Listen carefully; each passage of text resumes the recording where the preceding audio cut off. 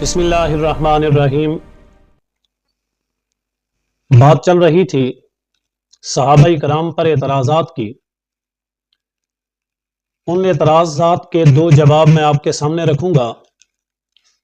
پہلا اعتراض تو یہ ہے، خطبہ جمعہ ہو رہا تھا اور صحابہ کرام میں سے کچھ لوگ چلے گئے۔ اللہ رب العالمین نے قرآن مجید کے اندر ان جانے والے لوگوں پر تنبیہ کی۔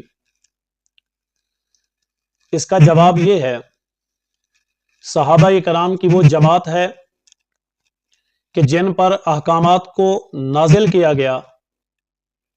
اب اگر صحابہ کرام نے انجانے کے اندر نادانستہ طور پر اگر کچھ ایسے کام کیے جنہیں معلوم ہی نہیں تھا یا جن کے بارے میں پہلے کوئی واضح احکامات نہیں تھے، وہ معاملہ پہلی بار پیش آیا، یا اسی طرح ان ہزاروں لاکھوں میں سے چند ایک صحابہ سے کوئی ایسے احکام صادر ہو گئے کہ جن کی وجہ سے اللہ رب العالمین نے قرآن مجید کا نزول فرمایا، یا کچھ ایسی چیزیں صادر ہوئی کہ جن کے واضح پیغام پہلے موجود نہیں تھا۔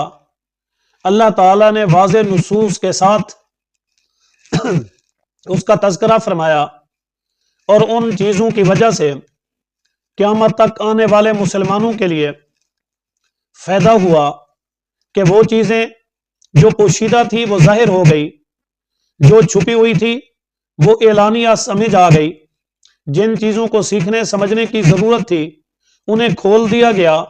صحابہ کرام کی ان چھوٹی موٹی غلطیوں کی وجہ سے اللہ رب العالمین نے پوری انسانیت کے لیے راستے ہموار کیے، احکام واضح انداز سے بیان کر دیے۔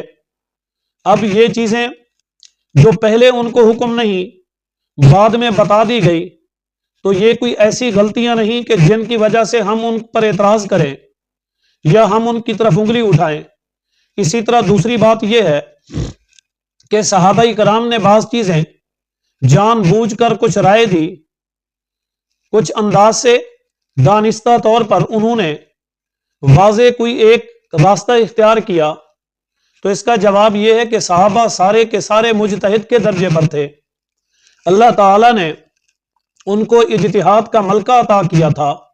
حضور علیہ الصلوۃ والسلام نے مختلف موقعوں کے اوپر انہیں یہ فرمایا کہ آپ کے سامنے جب کوئی مسئلہ آئے تو سب سے پہلے کتاب اللہ دیکھیں، اگر وہاں سے مسئلہ نہ ملے حدیث رسول اللہ دیکھیں، اگر وہاں سے بھی نہ ملے تو پھر اپنی رائے قائم کریں۔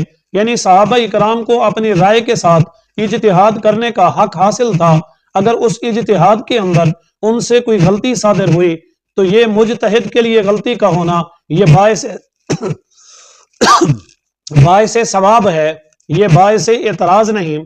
اگر اجتہاد کی صورت میں، اجتہاد کی شکل میں اجتہاد کرتے ہوئے اگر کسی قسم کی کوئی بات ایسی ہوئی کہ جس کو میں اور آپ یا بعض لوگوں نے اسے ایک دلیل کے خلاف دوسری دلیل سمجھی، تو صحابہ کرام کے پاس اس کی دلیل موجود تھی، کیونکہ وہ مجتہد تھے۔ انہوں نے کسی بات کو راجح قرار دیا، کسی کو مرجوح قرار دیا، کسی بات کو بہتر قرار دیا، کسی بات کو اولا قرار دیا، کسی بات کو دوسری بات پر ترجیح دی، تو یہ مقام ان صحابہ کرام کا تھا۔